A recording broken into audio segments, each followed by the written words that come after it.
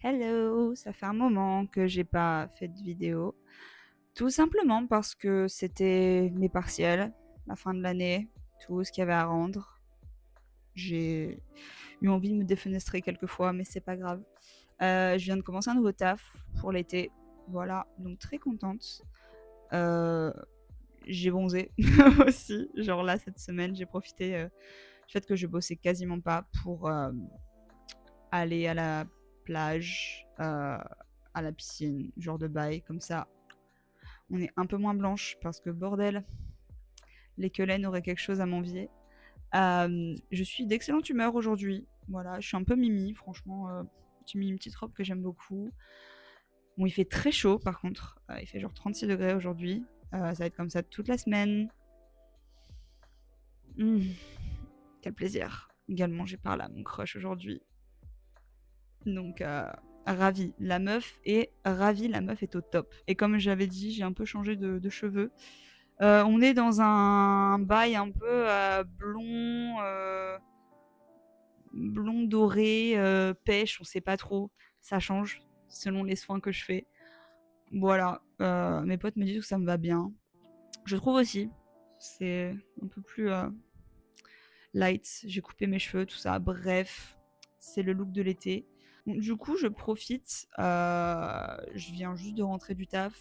Je me suis dit, j'ai pas envie de perdre ce joli look. J'ai envie de le rentabiliser un petit peu. Donc, pourquoi pas faire une vidéo. Je pense que ça va être une vidéo assez rapide. En fait, je veux juste parler du lien que j'ai avec l'écriture. Parce que c'est quelque chose qui est très cher à mon cœur en fait. Et je réfléchis pas mal ces derniers temps sur genre mes hobbies, ce que je sais faire, juste quel genre de personne je suis et quel art me correspond le mieux. Et bon, bah sans aucun doute, c'est l'écriture. Ça va être le sujet d'aujourd'hui. C'est quelque chose qui me tient vraiment, vraiment à cœur, comme je disais.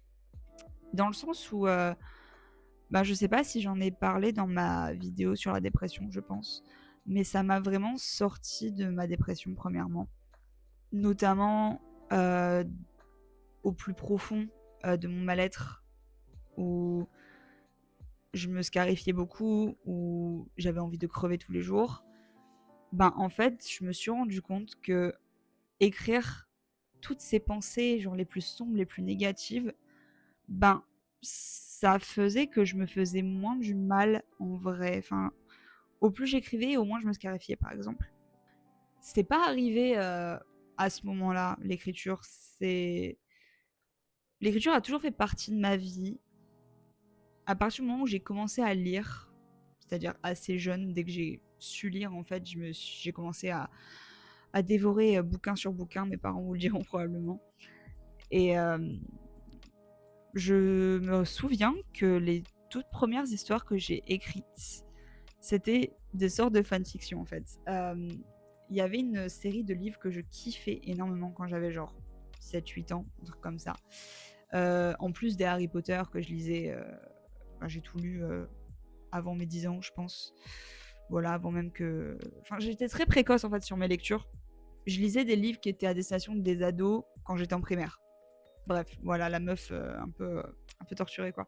Mais du coup, la série que j'aimais énormément quand j'étais petite, c'était les Chevaliers d'Émeraude.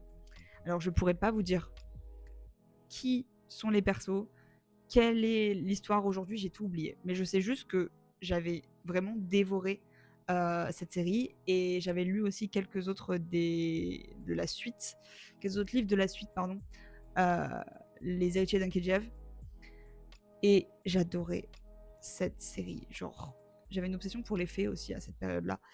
Il y avait dans le sud un magasin où j'allais souvent chaque année avec mes parents qui vendait des petites statuettes de fées, genre grandes comme ça, à peu près, je dirais, avec des belles ailes et tout. Elles étaient toutes hyper uniques en leur genre. Et ils faisaient aussi des carnets. Des carnets, enfin, la première et la dernière de couverture étaient un peu en. Je saurais pas dire la matière, une sorte de PVC chelou. Bref, ça cassait, en tout cas.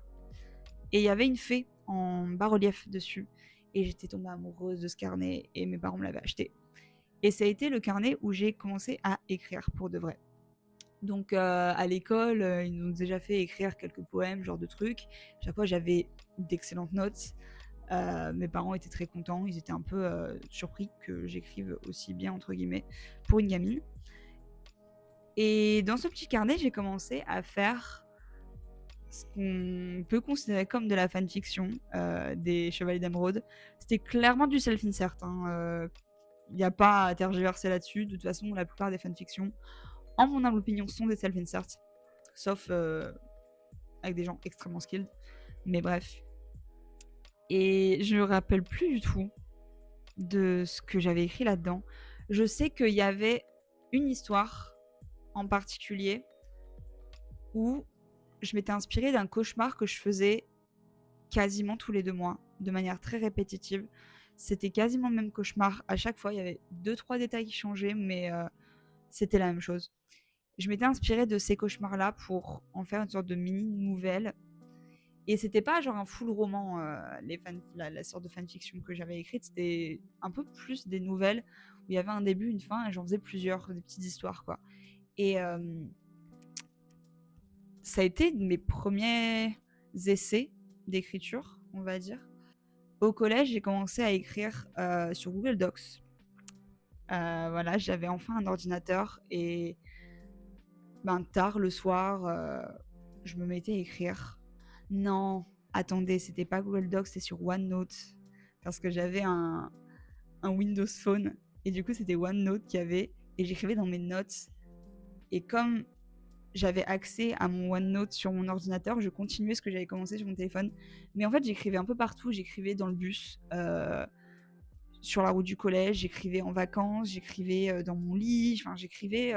Dès que j'avais une petite idée, en fait, j'écrivais. J'ai ouvert un compte Wattpad. D'abord pour lire des fanfictions One Direction. La honte, mais on vient tous de quelque part, d'accord? On vient tous de quelque part. Et moi, mon truc, c'était les fanfics One Day. Voilà. Les vendus One Direction. Les oh là là, je vais à leur concert et ils me remarquent et ils m'emmènent en tournée avec eux. Ce genre de bail. Voilà. On était là, on était là. Ouais, j'ai commencé à lire ce genre de fanfic, je crois genre 3 heures et tout. J'ai lu une fanfic qui s'appelait Phoneplay, où il y avait où le personnage principal c'était vraiment genre juste Harry Styles et où la meuf c'était Kaya Scodelario de Skins. Grand moment. Et j'avais tellement kiffé cette histoire, enfin genre j'étais trop à fond et je sais que cette autrice-là s'est faite publier d'ailleurs, bravo à toi. Parce que elle s'était faite publier en plus à un moment où c'était pas encore hyper commun pour des auteurs Wattpad de se faire publier. Après, il y a eu tout le truc After, 50 nuances degrés, toute cette vague-là qui du coup a fait que les éditeurs s'intéressaient à ce qui traînait sur Internet. Et donc j'ai commencé à lire beaucoup sur Wattpad et je me suis dit, pourquoi pas moi? J'écris en fait moi aussi.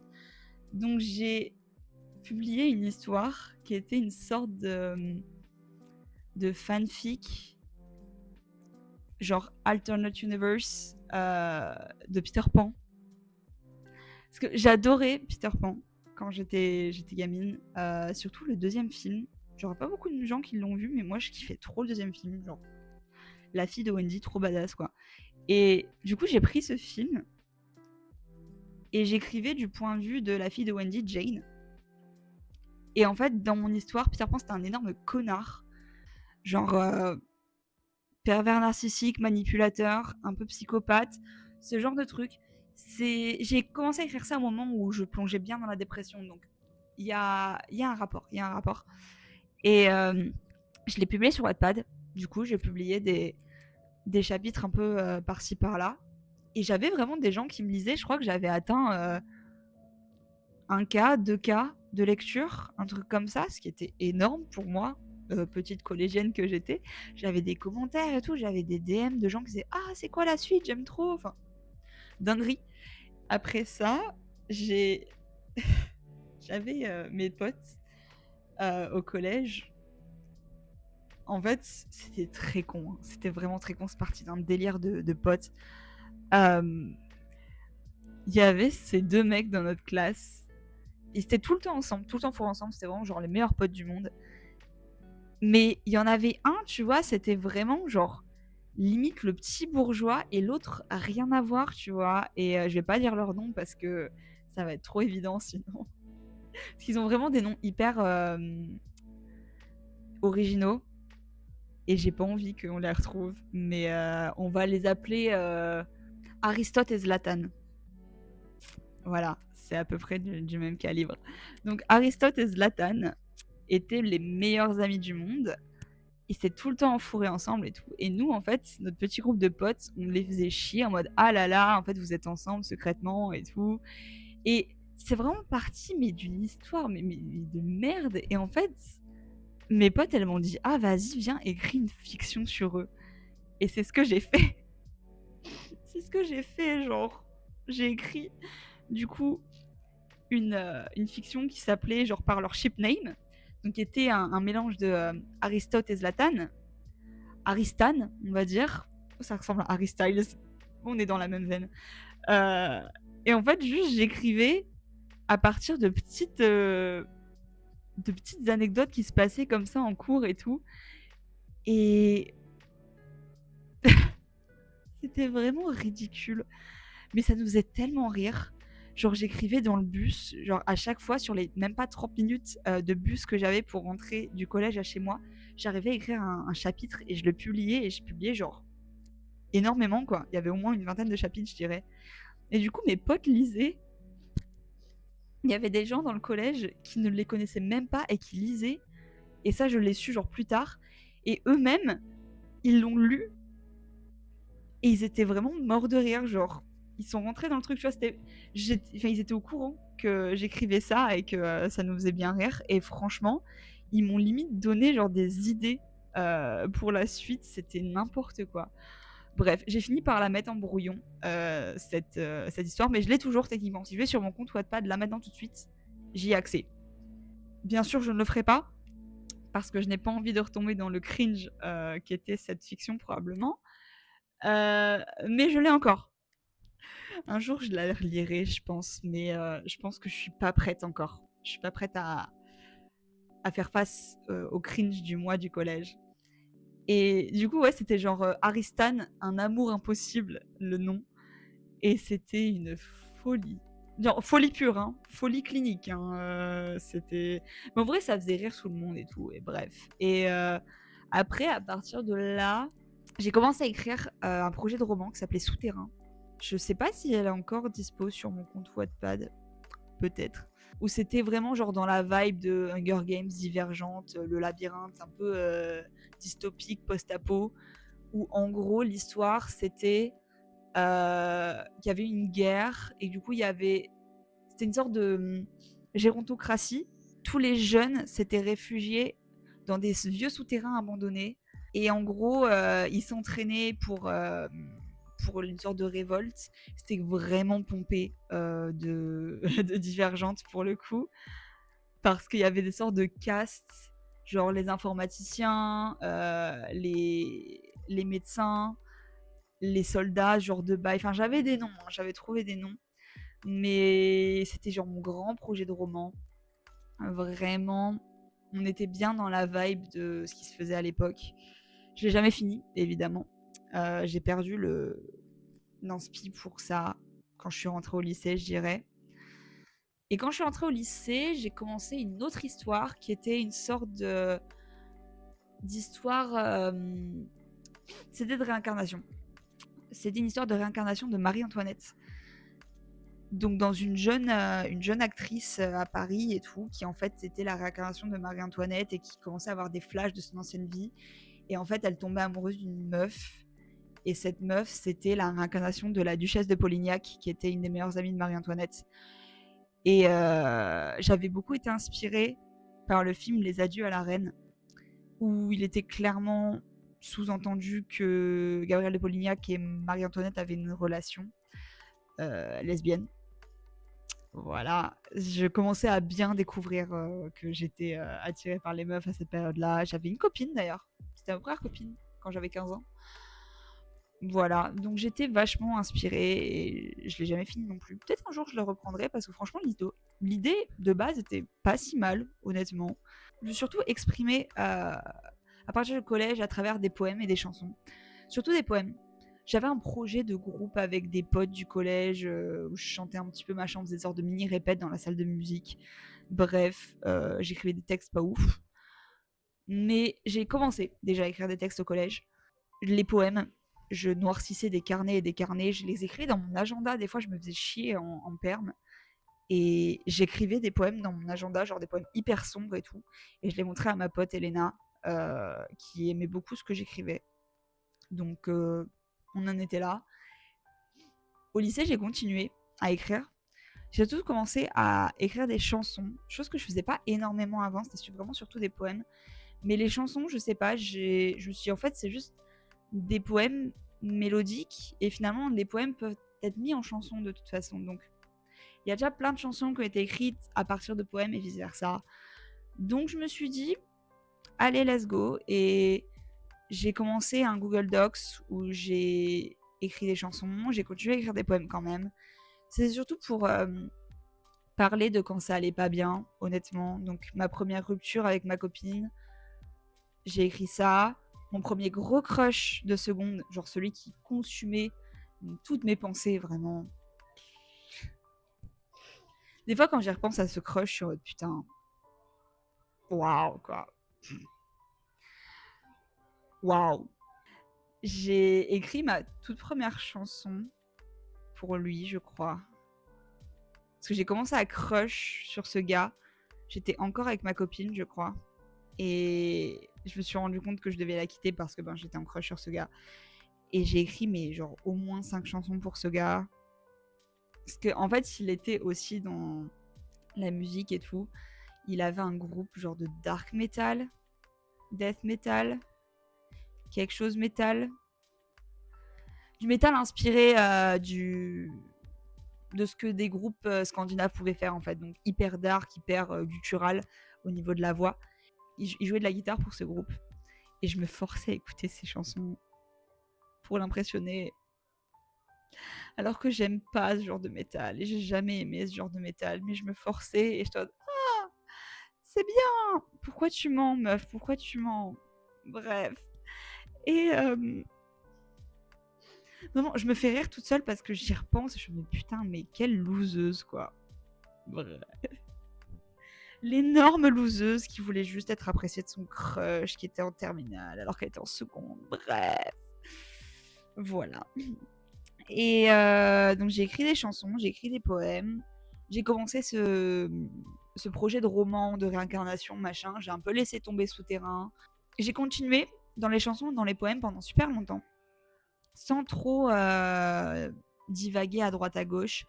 Mes projets de roman, c'est vrai que je les avais un peu beaucoup abandonnés. J'avais essayé de m'y remettre en première, soit en terminale, soit en première année de fac. Sans grand succès. J'avais un peu retapé Peter. Oui, parce que j'ai pas dit le titre de mon premier projet qui s'appelait Peter, l'île des illusions. Voilà. J'avais un peu essayé de corriger des trucs, d'améliorer. J'avais vite perdu intérêt parce que c'était quand même vachement sombre et j'avais envie d'aller mieux à cette période-là et j'avais pas envie de retomber dans des choses sombres tout simplement. Et là, le confinement est arrivé. Donc j'ai écrit encore plus.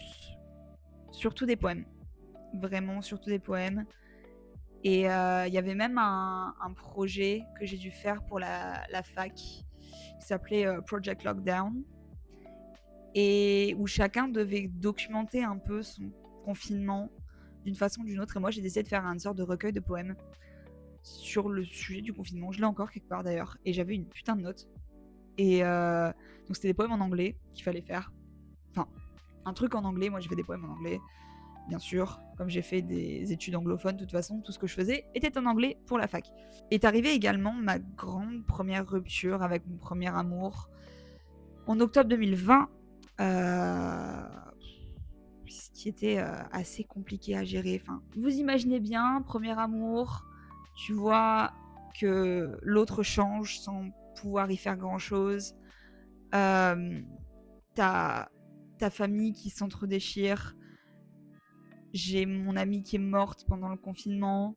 Très compliqué au niveau du suivi des cours, au niveau de ma santé mentale.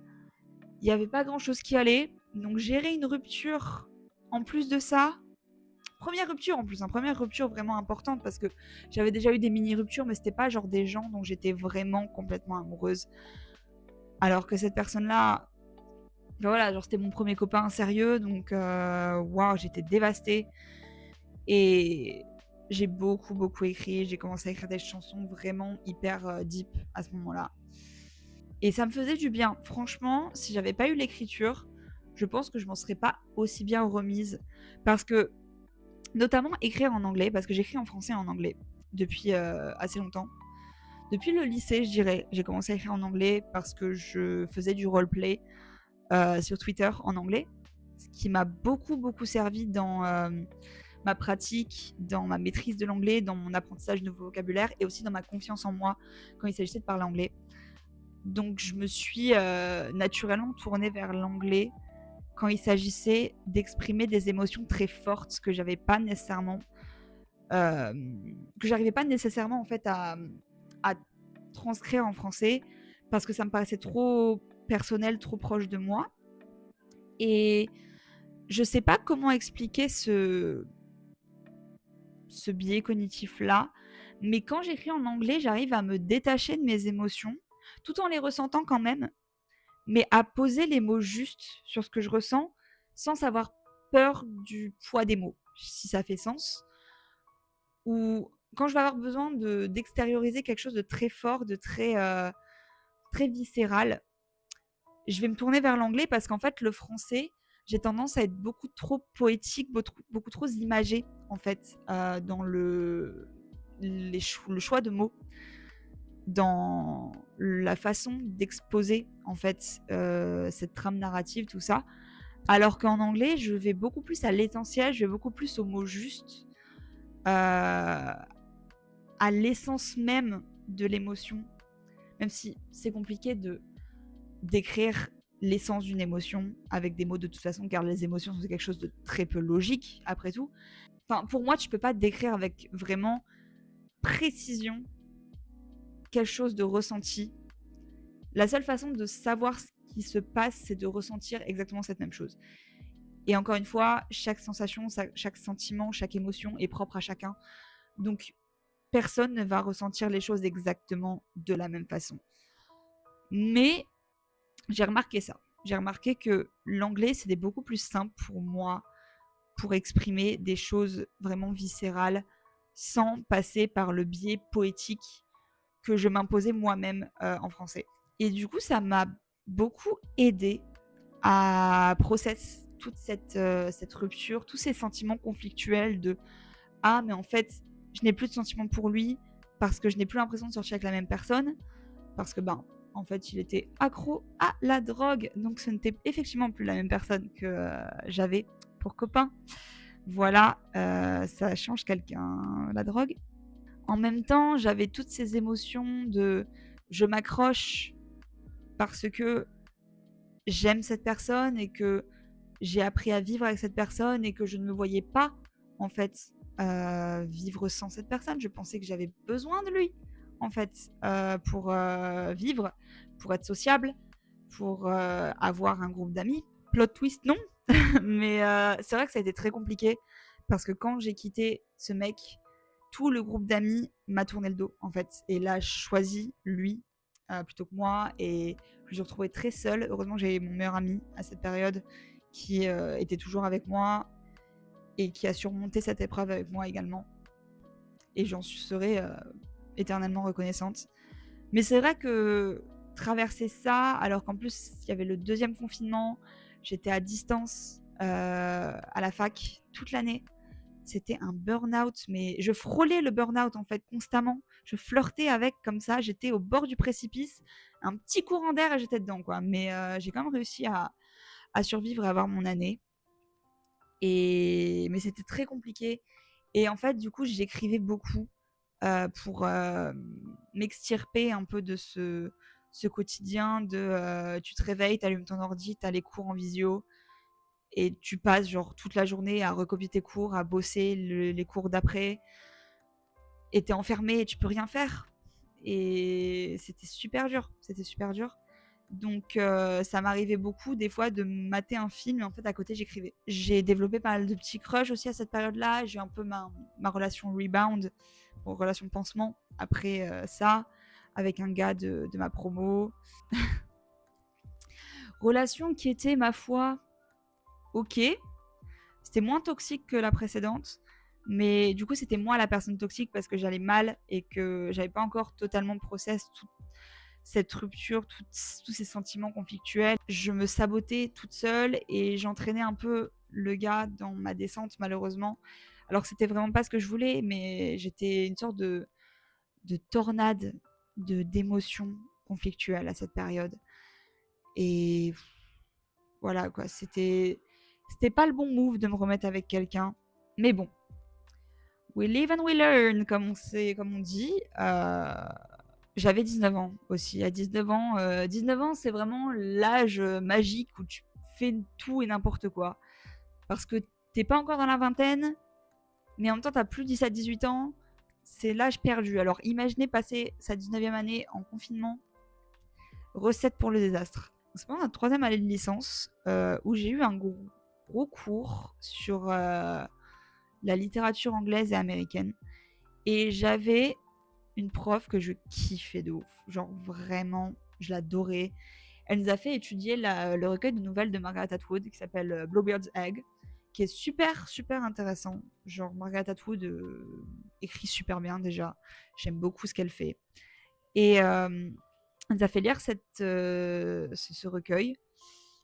Et l'examen de fin de semestre, c'était d'écrire une nouvelle à la manière de Margaret Atwood. Donc c'était libre, sujet totalement libre, juste elle voulait une nouvelle. Moi j'avais bien évidemment écrit beaucoup plus, comme ça m'arrive souvent quand il s'agit d'écrire des choses, même en disserte ou quoi, c'est très souvent que je dépasse la limite, car trop de choses dans mon cerveau, faut évacuer. Et j'ai eu la meilleure note de la classe quand j'ai rendu cette nouvelle. La prof était en mode putain mais trop bien. Enfin, je lui avais demandé un peu une sorte de mini critique. Elle m'avait dit que c'était vraiment super bien et tout machin, que on rentrait vraiment bien dans l'histoire et j'étais super super fière de moi. Et je me suis rendu compte avec ce devoir que j'avais vraiment aimé écrire cette nouvelle en anglais et que effectivement, si je pouvais écrire des chansons et des poèmes en anglais et transposer ce que je sentais vraiment au fond de moi de manière aussi simple, pourquoi je pouvais pas le faire de manière un peu plus longue au final? Je me suis mise à écrire d'autres nouvelles en anglais. Donc la première était clairement une self-insert. La deuxième, un tout petit peu moins, mais quand même un peu. Et j'en ai écrit 4 comme ça. La quatrième, je l'ai commencée, mais je ne l'ai pas finie. Et j'ai juste perdu l'inspiration au milieu de la quatrième. Et j'étais trop déçue. Et c'était la 3e année, donc j'étais un peu fatiguée, j'étais un peu stressée, je savais pas trop où j'allais, machin. J'ai laissé tomber ce projet. Des fois, j'y revenais, je rajoutais quelques phrases et je le laissais là. Et j'arrivais plus, en fait, à écrire euh, des choses de manière longue.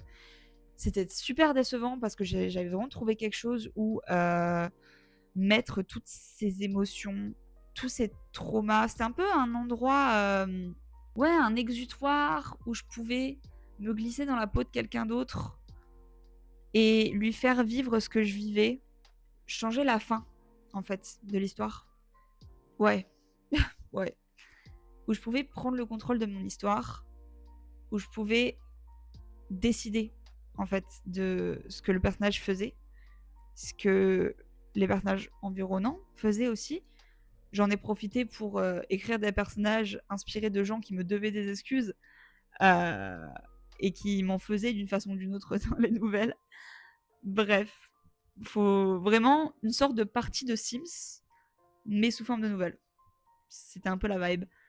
Et par rapport à mes poèmes et mes chansons, où je suis vraiment extrêmement vulnérable, extrêmement ouverte parce que c'est moi et je cherche pas à me cacher derrière quelqu'un, là, les nouvelles, vraiment, je pouvais faire un peu ce que je faisais avec le roleplay, créer un personnage de toute pièce qui me ressemble plus ou moins et lui faire vivre ce que je veux.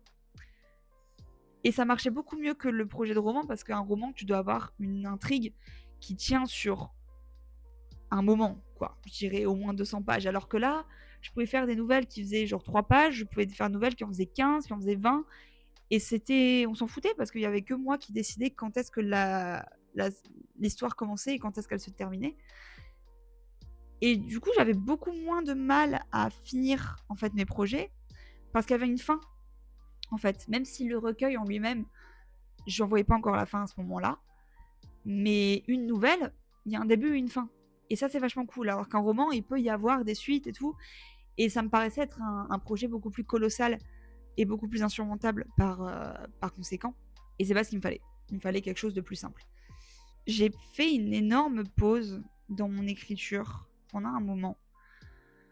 Même si j'ai jamais vraiment arrêté d'écrire, ça s'est juste beaucoup plus concentré sur des poèmes et des chansons. Quand j'avais un petit coup de mou, un petit éclair d'inspiration, c'est vraiment vers mon Google Docs chansons et poèmes que je me tourne parce que c'est beaucoup plus court. Voilà. En fait, moi, j'ai un problème avec le fait d'écrire sur une longue durée. Il me faut vraiment une fin visible, en fait, en tête pour accomplir mon écriture. Peut-être que ça changera plus tard, mais jusqu'ici, c'est comme ça que j'ai fonctionné. Dans le sens où quand la fin est trop loin, soit je perds intérêt ou soit je perds de l'inspiration. Et quand je perds de l'inspiration, je suis bloquée et je n'arrive à rien faire. Et c'est très frustrant. Le syndrome de la page blanche, c'est horrible parce que t'es là, t'écris un truc et tu détestes absolument tout ce que t'écris et t'as envie de tout supprimer le lendemain et du coup tu n'avances pas. Donc j'ai surtout bossé mes chansons et mes poèmes pendant longtemps.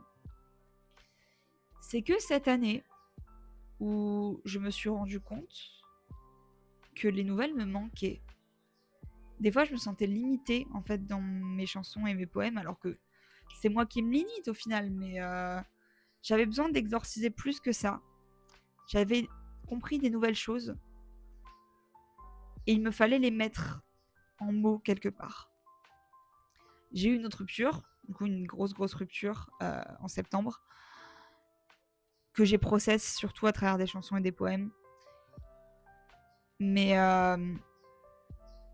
début 2025, j'ai ressenti ce besoin de faire une énorme introspection. Un énorme travail de réflexion et de prise de recul en fait sur ma vie et sur qui j'étais et sur ce que je faisais. Je me suis un peu isolée pendant 1 mois ou 2 et j'ai pris le temps juste d'écrire. J'avais commencé à faire ça avec mon journal parce que j'ai repris un journal en 2023. Oui, c'est ça, en été 2023, quand une collègue me harcelait au taf, c'était horrible. J'ai passé un des pires étés de ma vie. J'avais ressenti le besoin d'écrire, mais pas sous forme poétique. Du coup, j'ai recommencé un journal. Et j'ai continué ce journal, en fait, depuis 2023. Et le fait d'avoir ce journal pour m'aider à processer la rupture et en même temps les trucs cool qui m'arrivaient, j'avais ce sentiment de trop peu. J'avais ce sentiment de j'ai besoin d'un format plus long. Et je sais pas, j'ai commencé à relire mes anciennes nouvelles, à les retaper un petit peu. Et d'un seul coup, j'ai eu de l'inspi pour la nouvelle que j'avais laissée comme ça à moitié finie il y avait des années. Et je l'ai finie. Et j'en suis extrêmement fière. Et je me dis merde, putain, mais j'ai envie d'écrire une nouvelle. Et j'en ai écrit comme ça. J'en ai écrit jusqu'à atteindre 10. Et je me suis vachement surprise en fait dans la façon dont ça s'est fait très naturellement. C'était vraiment un besoin. Et en fait, le fait est que l'écriture a toujours été un besoin pour moi. Quand les gens me disent oh là là, mais t'écris, c'est trop cool et tout, machin, je vois pas ça comme cool parce que c'est un besoin viscéral pour moi. Si j'écris pas, je vis pas. J'ai besoin d'avoir cet exutoire, j'ai besoin d'avoir ce format pour m'exprimer parce que je n'arrive jamais à m'exprimer pleinement à l'oral. Heu, j'ai toujours l'impression qu'il me manque quelque chose et je me suis jamais vraiment confiée entièrement à 100 à qui que ce soit. J'ai toujours ce côté un peu de restreinte, de barrière que je me mets toute seule.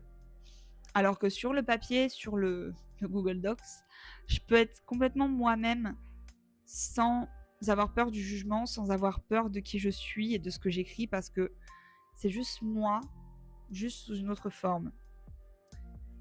Et j'ai écrit toutes ces nouvelles, j'ai exorcisé d'autres traumas que je pensais régler.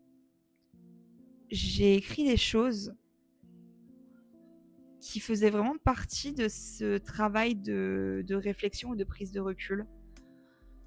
Je me suis rendu compte de choses, de comportements que j'avais qui ne me plaisaient pas du tout, mais que j'avais. Des choses qui ne me plaisaient pas, des choses qui avaient fait du mal à d'autres, des propos que j'ai pu tenir, des actions que j'ai pu faire envers moi ou envers d'autres. Et les nouvelles que j'ai écrites, ça m'a vraiment permis de juste faire face à ces faits sans chercher à me justifier. Juste les écrire comme ça, très matter of fact, comme disaient les Anglais. Ça m'a libérée d'un poids, en fait. Ça m'a libérée de beaucoup de préjugés, beaucoup de jugements très durs que j'avais envers moi-même. Parce que j'ai toujours cherché à être parfaite, entre guillemets. J'ai toujours cherché à être la meilleure version de moi-même.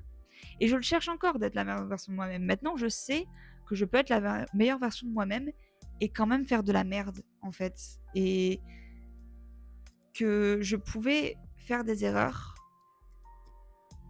mais que ça faisait pas de moi une mauvaise personne pour autant. Parce que la plupart du temps, je fais de mon mieux pour faire du bien autour de moi et pour utiliser mes talents, ma personnalité à bon escient. Ça m'a fait du bien, honnêtement, de faire tout ça. Et maintenant, je me dis que j'ai toujours été extrêmement protectrice de ce que j'écrivais. Je montre jamais mes poèmes ou mes chansons à qui que ce soit, sauf à quelques personnes vraiment, les, les heureux élus, quoi. Et je choisis ce que je montre. Alors pendant un moment, j'ai essayé d'ouvrir un compte Instagram où je peux publier quelques bribes de poèmes ou de chansons, quelques petites phrases par-ci par-là, mais j'ai un peu abandonné, je l'ai mis en privé, j'y touche plus, parce que c'était un peu, voilà quoi. J'avais plus le courage de le faire.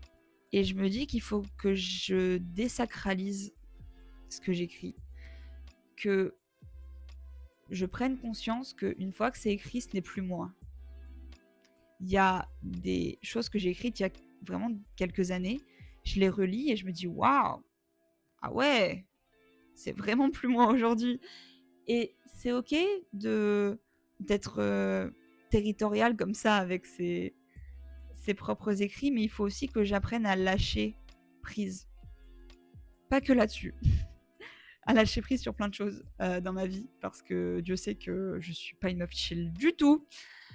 La chillance, je ne connais pas, ce n'est pas dans mon vocabulaire. Je suis très passionnée, très passionnée dans ce que je fais, dans qui je suis. Faut juste que j'apprenne à lâcher prise, à me dire que ces écrits, il n'y a pas que moi qui mérite de les voir et que peut-être d'autres personnes seront touchées par ce que j'écris.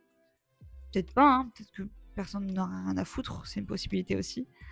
Mais c'est commencer les cours de chant qui m'ont un peu trigger cette réflexion où je me dis mais meuf, tu commences les cours de chant, t'as dit que c'était pour donner vie à tes textes, donc au bout d'un moment, genre, coupe le cordon. Coupe le cordon. On dirait vraiment une mère qui sait pas se séparer de ses enfants, quoi. C'est terrible. Et il faut que je m'expose aussi au jugement des autres. Il faut que j'expose ce que j'écris au monde. Oh bon, ça fait très prétentieux dit comme ça, en mode oh là là, je vais changer la face du monde avec ce que j'écris. Pas du tout, hein, c'est pas du tout ce que je tiens à dire. Juste me confronter au jugement d'autrui, en fait, tout simplement. Et si je ne montre pas ce que j'écris aux gens, au bout d'un moment, je vais juste jamais avoir le courage de le faire et il faut que je le fasse. C'est important. Donc, je me suis dit qu'une fois que j'aurais terminé mon recueil de nouvelles, j'allais peut-être essayer de l'envoyer à des éditeurs. Alors, il me faudrait du coup un éditeur anglophone, mais basé en France. Après, s'il faut traduire mes nouvelles, je le ferai. Hein. Je veux dire, je sais faire de la traduction. Et puis, qui d'autre que moi pour transcrire exactement ce que je voulais dire. Mais j'aimerais bien avoir l'avis de professionnels du livre, en fait, voir si ce que j'ai écrit vaut quelque chose, en fait. Peut-être que c'est pas le recueil de nouvelles le plus groundbreaking, le plus innovant, le plus unique en son genre qui ait jamais été écrit. De toute façon, au XXIe siècle, c'est un peu compliqué d'inventer des choses, car tout a déjà été fait par nos ancêtres. Mais j'ai besoin d'essayer, en fait. J'ai besoin de me dire, ok, j'ai terminé ce projet. Maintenant, je ne veux pas qu'il pourrisse dans mes dossiers. Je veux en faire quelque chose.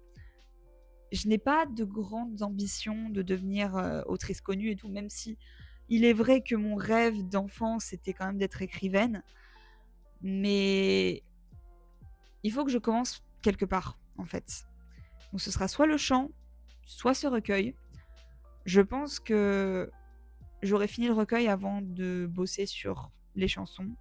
Parce qu'il faut que je m'entoure de gens, de compositeurs et tout pour donner vie à mes chansons. Chose que j'ai pas encore aujourd'hui. Enfin, j'ai des potes qui sont compositeurs et qui font des trucs comme ça. Mais j'ai pas encore l'audace de leur demander. Et je me sens pas encore prête pour ça. Alors que le recueil de nouvelles, ça fait quand même depuis 2021 que je l'ai commencé, que je le bosse. Il y a ce sentiment d'achever qui arrive petit à petit. Je pense que je vais viser les 15 nouvelles. 15, ça me paraît bien. Et après, on verra ce que j'en fais. Mais ouais, j'ai vraiment envie d'en faire quelque chose. J'ai envie de voir ce que ça vaut. J'ai envie de voir si je peux toucher des gens, si j'ai vraiment un talent, si tous les compliments qu'on a pu me donner toute ma vie sur ce que j'écris, machin, si c'était vraiment s'il y avait une base solide en fait. Parce que c'est bien beau de dire oh là là j'écris, mais au bout d'un moment faut aussi avoir l'approbation des autres. Et putain, l'approbation des autres, ça c'est un grand sujet chez moi. Hein. Je cherche toujours l'approbation des autres, que ce soit académique, que ce soit la validation de mes potes, la validation masculine. Ça, j'en ai parlé aussi dans une autre vidéo. Mais j'ai quand même ce besoin d'être reconnu. Ouais, ouais, d'être reconnu, peut-être pas connu, mais reconnu. Il y a une différence. Après, si je suis connue, why not? Après tout, j'ai déjà fait pas mal de trucs dans ma vie qui pourraient être interprétés comme une volonté d'être connu, comme une volonté d'être célèbre. On verra ce que l'avenir me réserve. Mais ouais, je pense que je vais terminer ce recueil. Je vais chercher des éditeurs et je vais leur envoyer le manuscrit. Et on verra. Et si je suis publiée, ce serait juste un des plus beaux jours de ma vie, je pense. Je dois essayer. Je le dois à moi-même, en fait. Je le dois à toutes ces années que j'ai passées à écrire des trucs dans l'ombre, à verser mes états d'âme sur le papier, numérique ou physique. À me dire que ça sert à quelque chose, que si j'ai eu cette affinité avec l'écriture, c'est pour quelque chose. Voilà, je vais m'arrêter là. C'était une petite vidéo posée. Donc j'espère que vous allez bien, que vous allez passer un excellent été. Je vais essayer de faire d'autres vidéos cet été si j'en ai l'énergie et le temps. Parce que là, ça fait au moins un bon mois et demi, je crois, que j'ai pas tourné. Prenez soin de vous. Aimez-vous les uns les autres. Essayez de pas trop faire de conneries cet été. Je dis ça pour moi, hein, vraiment. Et profitez juste. Voilà, même si la Troisième Guerre mondiale est sur le point d'éclater, YOLO. Voilà, cette conclusion vraiment de 2012, mais ferme ta gueule, quoi. Bref, je vous fais des gros bisous et à bientôt.